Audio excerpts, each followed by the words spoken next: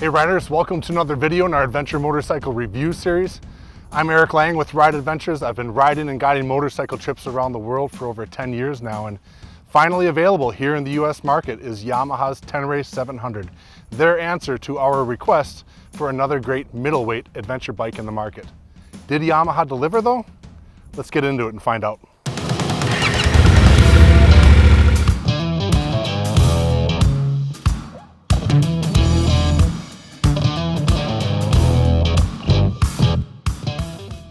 So to explain what I meant when I said middleweight, let's define those bikes as being twin-cylinder adventure bikes with enough suspension travel and ground clearance to leave options open for you to travel any kind of terrain you want in that 400 to 500 pound category. You know, riders have been saying for years they don't want more of these 500 plus pound adventure bikes, which have their advantages for big trips and longer highway use. And on the flip side, you know, the lighter single cylinder bikes, which may be great in the dirt and the trails and stuff like that, they're just not great for packing up a lot of luggage or a passenger if you want to.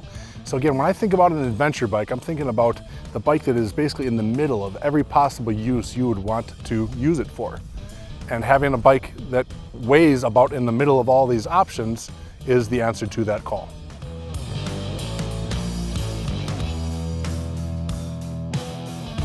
So some of the key specs to get started on this bike would be that it's a fuel-injected, 4-valve per cylinder, 689cc, parallel upright twin motor. You're gonna feel a great 74 horsepower smooth power delivery with that engine. Sitting on top, you'll be at a 34.4-inch seat height, which is unfortunately a little tall for some people, especially in this middleweight category, but it is what it is, and you can look into lower seat options out there in the market.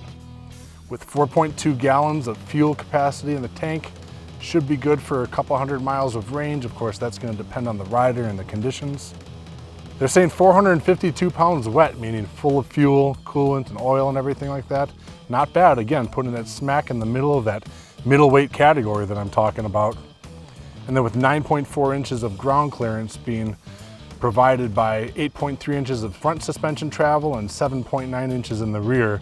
Again, what I was speaking about, you've got options. You don't have to wonder where that dirt road goes. You're just going to be able to go and find out yourself. Now, how does all that play out to be the great things that I like about this bike? Let me explain the pros.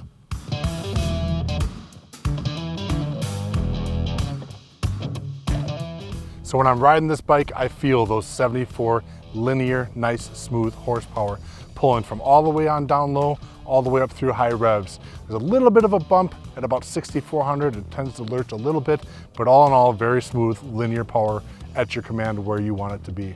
Also way down low, grunting in first and second gear just at idle. It's kind of nice to have the option to, you know, putt through the campground and wave with the right hand to anybody you want to and not have to worry about the throttle for a moment. It's got enough low end grunt that it'll just tug you along like a tractor.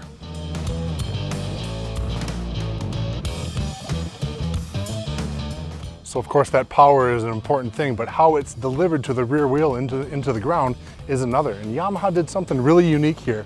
Most motorcycles will have that front counter sprocket a little bit lower down here, making for a flatter swing arm angle as it goes back to the rear axle. You can see how high it is here. Yamaha put it up high, allowing for a steeper angle of that swing arm. And what that basically does is provide like an anti-squat feature. You know, most motorcycles, when you're applying power, you're kind of sucking the rear wheel up into the back of the bike. And because of this angle, you're actually driving that wheel down into the ground more and transferring weight to the front wheel.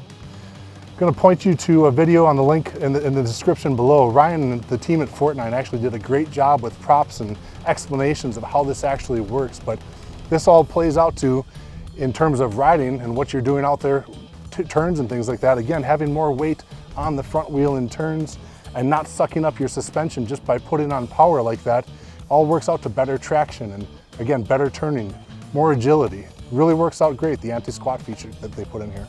But it actually has a little bit of a downside too, which we will mention in the cons section coming up ahead.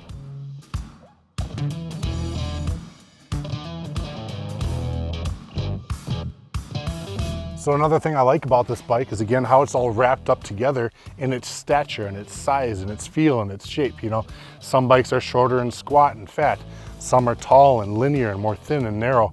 I like this one. It's kind of right in the middle of all of them with that leaning towards kind of a rally bike feel, kind of being narrow and meant to go forward. Plays out well in the way that I feel in the cockpit, in the seated position of this bike. You know, you're not so much on the bike and you're not so much in it. You're sort of the right balance of both of them, and it feels absolutely great behind that front windscreen like that.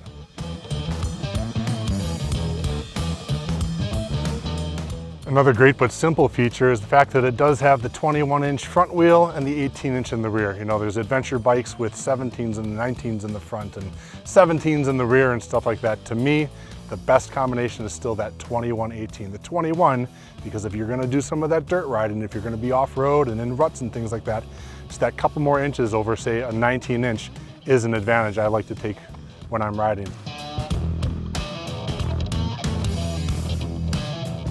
There's also the simplicity of the features here. You know, in the kind of value proposition that this bike is, you don't have to worry much about, you know, fancy electronics and rider control settings and traction control. And one could say that those are advantages, traction control and rain modes and things like that, but they're kind of a distraction too. They're kind of an expensive thing that sometimes is a failure. Sometimes you forget that you left it on, and that can get you into trouble too. So by giving us a really basic screen here and not much to distract ourselves with, you got a great adventure bike that does what you need to do without a bunch of distractions.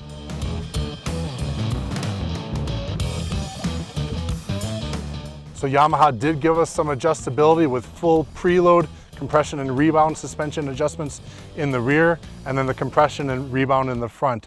Good to be able to adapt it to your size and weight. Riders, make sure that you take the time to get your geometry set, put the right springs in the bike for you, or adjust the preload as necessary so that you're maintaining the correct geometry of the bike, of the fork and trail in the front. It's going to handle best and perform best for you.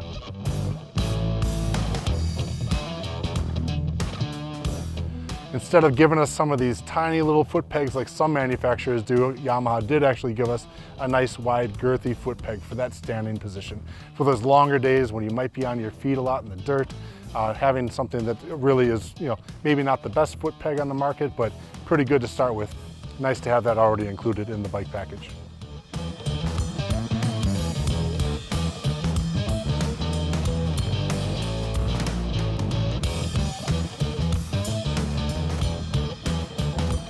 In addition to all these other great things about the bike, don't forget we're talking about a Yamaha here. Year after year, amongst the most dependable, reliable bikes in the market. The sound of it, I like it, not bad. And the looks as well. Beautiful bike, great stature, ready to travel.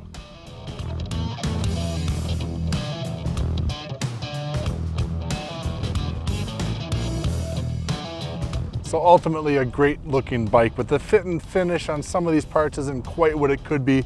Handguard brackets being on the cheap and silly side, the clutch and brake levers themselves not even having those breakaway D10 points on them.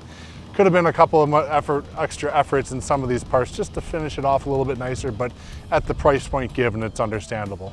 One more downside is the anti-squat feature that I mentioned before is ultimately bringing that swing arm down at a lower angle like that. And that means that oncoming impediments and bumps and rocks and things like that you're hitting are actually hitting that rear wheel at a tougher angle. And I feel like I'm feeling some of that up through there, jolting up. It's not glazing over things as much as a more parallel to the ground swing arm and drivetrain would feel. So not horrible, but I just do feel like I'm getting kicked in the tail a little bit harder than I would with some other bikes. Over the years, my ass has taken a pounding.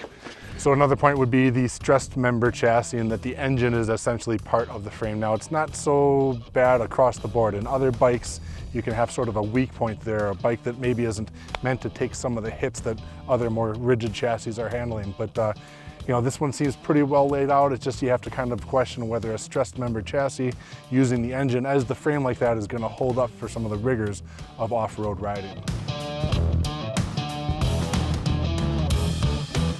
So the front suspension, while it has that compression and rebound dampening, there is no preload suspension adjustment for those forks. That would have been nice. Again, part of them keeping the costs down as low as it is. The bike did not come with heated grips. Would have been a nice feature, but you know, something you can work on, something you can install to get you know your bike better by installing those yourselves. And also the bike didn't come with a center stand, which you know, something that would added to the showroom price, but something you can add for yourself for whatever that cost is. So ultimately what I'm describing, even though I pick it apart with a couple of negatives about the bike, this is ultimately a great value. Anybody looking for a middleweight adventure bike could probably not look too much further than this machine, coming in at $10,000 its starting year here in the US. So I'd like to predict though, that because it's coming in as such a kind of basic, stripped down, not a lot of traction control and features and things like that, I would guess that within a couple of years, they're gonna do just like Honda did with the Africa Twin. Establish that credibility in the marketplace. It'll become known as a great bike. People will want a little more horsepower. It'll probably be a Ténéré 800, let's say. They've already got the compression ratio pretty pumped up, so they're gonna have to do something to add more power, but with that, the price will go up. More electronics and complications will come with the bike. Ultimately, it'll still probably be Yamaha quality that we come to know it, and a great value, but I think really right now, if somebody wants to get into this adventure bike market in that middleweight category, you have a really tough to beat deal right here. Big bike riders, you've got your options as well, but for the middleweight, this one is really tough to beat for $10,000, what you're getting out of this machine.